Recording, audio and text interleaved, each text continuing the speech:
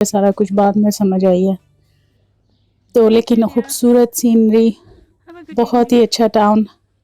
اس وقت بہت یہاں پہ خاموشی ہے، لوگ کم ہیں کیونکہ سنڈے کا دن تھا تو زیادہ لوگ نہیں تھے. اور maybe it was good because وہاں پہ آپ کو صحیح اس جگہ کی خوبصورتی نظر آ رہی تھی. وہیں پہ ہم لوگوں نے اس کیفے میں لنچ کیا جس میں ایسے کاجل نے اپنے گانے میں اپنا وہاں پہ کوئی چائے وغیرہ پی تھی. تو جناب وہ ایک اچھا وہاں پہ شغل ہو گیا.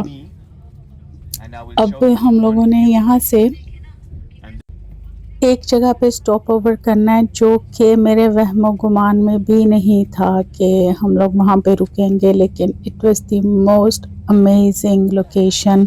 اس کا نام بھی بڑا مشکل سا ہے، کچھ لاؤٹا برنن کر کے کچھ ایسے ہے، لیکن وہ بہت ہی خوبصورت آبشار. اور آپ کو وہ نظر بھی آئے کہ بہت سارے آپ کو ٹک ٹاک ویڈیوز میں یا یوٹیوب ویڈیوز میں اس جگہ کی لوکیشن کافی لوگ کور کرتے ہیں. تو لیکن اب تک کا جو ہم لوگوں کا ٹریول تھا وہ کافی انٹرسٹنگ جا رہا تھا. کافی لوگوں کے ساتھ دوستی بھی ہو گئی تھی، اور اب مجھے پتہ بھی چل رہا تھا کہ اتنے زیادہ انڈین لوگ کیوں نظر آ رہے ہیں. تو جناب وہ سارا کچھ DDLJ کے چکر میں ہو رہا تھا. یہاں سے لاؤٹا برنن میں ہم لوگوں نے تھوڑی دیر کے لیے رکنا ہے. وہاں پہ تھوڑی بہت پکچرز وغیرہ کروا کے، آئس کریم وغیرہ تھوڑی بہت کھا کے ہم لوگ آگے چلے جائیں گے.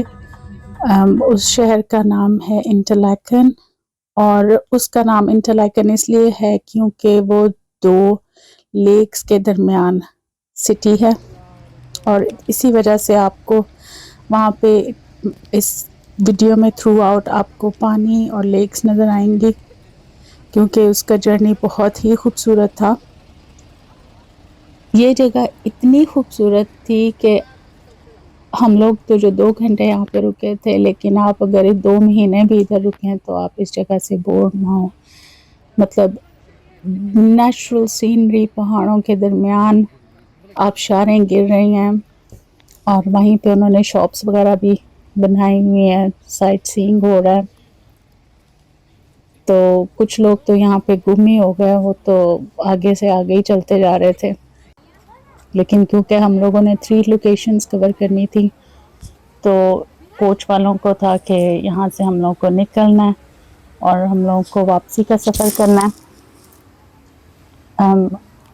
سوری کہ یہ والا جو شاٹ ہے اس does not cover the beauty, justify with the beauty جو کہ میں آپ کے ساتھ شیئر کرنا چاہ رہی ہوں. لیکن اس وقت جلدی میں جناب وہ پتہ نہیں چل رہا تھا کہ کیمرہ کدھر ہے اور ہم کدھر ہیں. خوبصورتی، نظارے، اور بس انسان یہی سوچتا جا رہا تھا کہ اگر دنیا اتنی خوبصورت ہے تو جنت کتنی خوبصورت ہوگی. اور یہ خیال آ رہا تھا کہ سوئٹزرلینڈ میں ہوں، وہ جگہ جس کو مطلب ساری زندگی ایک طرح سے وہ جب سے انڈین فلمیں دیکھ کے فینٹیسائز کیا ہوا تھا کہ سوئٹزرلینڈ کیا چیز ہے. لیکن جا کے پتہ چلا کہ یہ تو بہت ہی ایکسپینسو کنٹری ہے. اس وقت ہم جہاں پہ ہیں انٹرلیکن میں، یہ تقریباً دنیا کا موسٹ ایکسپینسو سٹی ہے کہ ہر چیز جو یہاں پہ ہے نا وہ سمجھے آپ کو 3 گنا پرائس میں ملے گی. یہاں پہ کافی لوگ پیراگلائڈنگ کر رہے تھے، آپ کو نظر آئے گا کہ پیراشوٹ لے کے کافی آپ کو مطلب انہوں نے پوری ایک لوکیشن بنائی ہوئی تھی پیراگلائڈنگ کی. تو اس کی پرائس یہ لوگ تقریباً لے رہے تھے 200 سوئس فرینکس، جو کہ تقریباً 60-70 ہزار پاکستانی روپیز بن جاتے ہیں.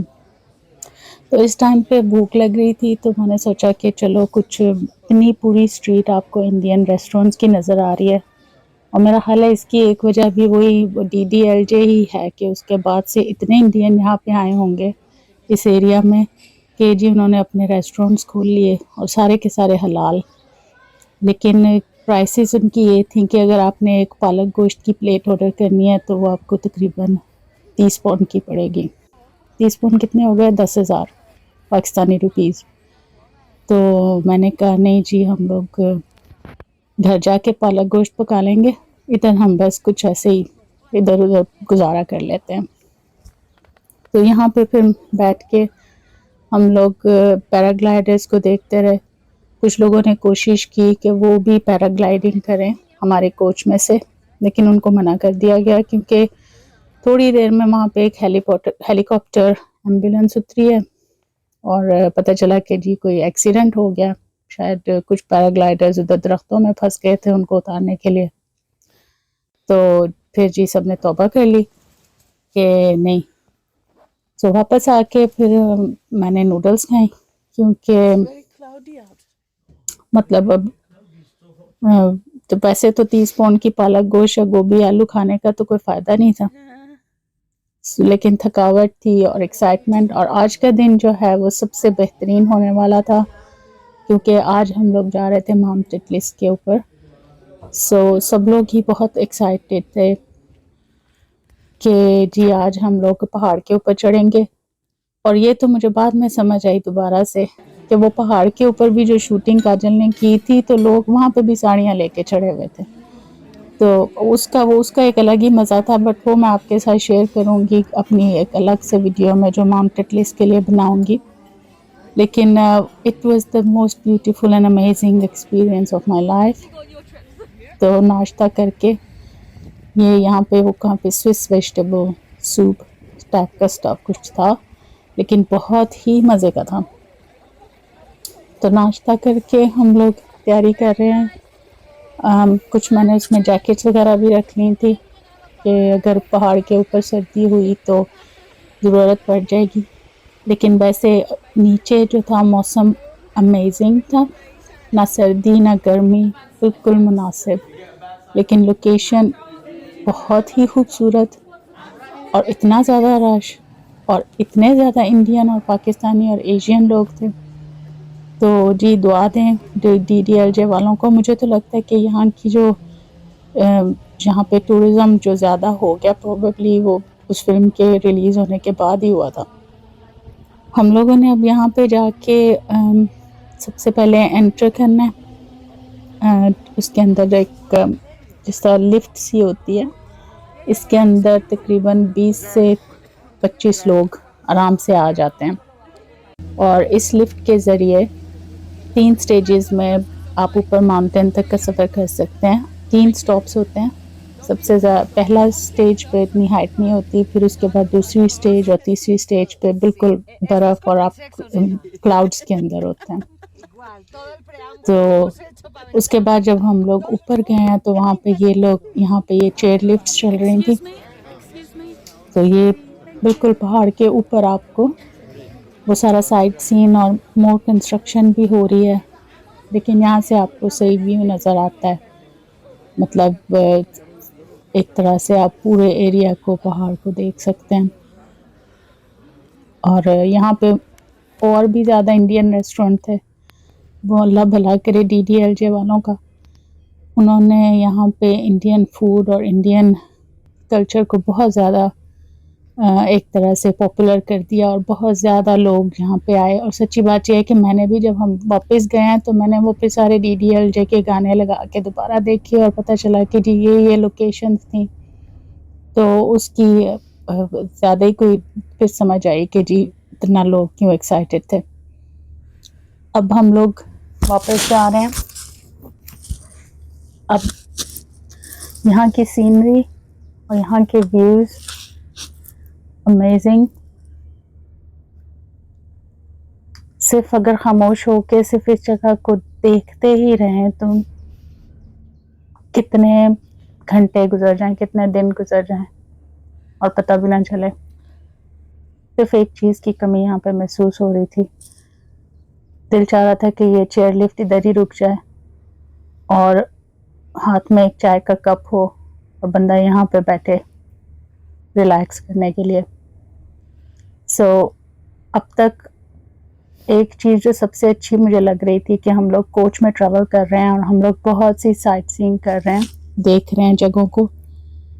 اس وقت آ کے تھوڑا احساس ہو رہا تھا کہ نہیں، تھوڑا سا زیادہ ٹائم چاہیے، اس جگہ کے ساتھ اور اس کی خوبصورتی کے ساتھ انصاف کرنے کے لیے 2-4 گھنٹے کافی نہیں ہیں، کم از کم 2-4 دن یہاں پہ رکنا چاہیے۔ It was amazing. اوپر جو برف نظر آ رہی تھی نیچے آ کے وہ سارا کلیئر ہو گیا تھا، صرف یہاں پہ گرینری ہے اور بس۔ اور میرے ساتھ مزے کا یہ ہوا کہ میری کوچ کے سارے لوگ یہاں پہ پہلے ہی اتر کے جا چکے تھے، تو میں اکیلی تھی اس لفٹ میں اور مجھے ٹائم ملا اس کی پوری اچھی سی ویڈیوز بنانے کا۔ اب ہم لوگ جا رہے ہیں سوئٹزرلینڈ کے ایک اور شہر میں، اس کا نام ہے لوسرن۔ ایسے ہی کوچ والے نے کہا تھا کہ اس کو ایسے ہی کہنا ہے، لوسرن۔ تو اب وہاں پہ جانے کے وقت تو سائٹ سینگ کا اپنا ہی مزہ تھا، لیکن وہاں پہ پہنچے تو انفارچونیٹلی بارش ہو گئی۔ شروع میں تو ہم لوگوں نے کافی انجوائے کیا، لیکن اینڈ پہ جو تھا وہاں پہ بارش ہو گئی تھی، جس کی وجہ سے ہمیں اپنا سفر تھوڑا شارٹ کرنا پڑا۔ لیکن اس میں جو سائٹ سینگ ہے راستے میں، اس کا جو ٹریول ہی ہے وہی اتنا خوبصورت تھا کہ دل چاہتا ہے کہ بس اسی طرح آپ انہی گلیوں میں آپ بیٹھے رہیں اور گاڑی چلتی رہے۔ اور سچی بتا رہی ہوں کہ اس ٹائم پہ مجھے اپنے والد صاحب مرحوم کی بہت یاد آئی۔ وہ مجھے کہتے ہوتے تھے کہ تم مجھے لندن گھماؤ کہ میں گاڑی میں بیٹھوں اور سائٹ سینگ کروں اور تم ڈرائیو کر لو، لیکن اس وقت اتنی مطلب لندن میں ڈرائیو کرنا سٹی میں اس طرح کو اتنا آسان نہیں مجھے لگا اور میں نہیں کر سکی، لیکن اس چیز کا مجھے اندازہ ہو رہا تھا کہ سم ٹائمز جو سائٹ سینگ ہے وہ کتنی تھراپیوٹک ہوتی ہے۔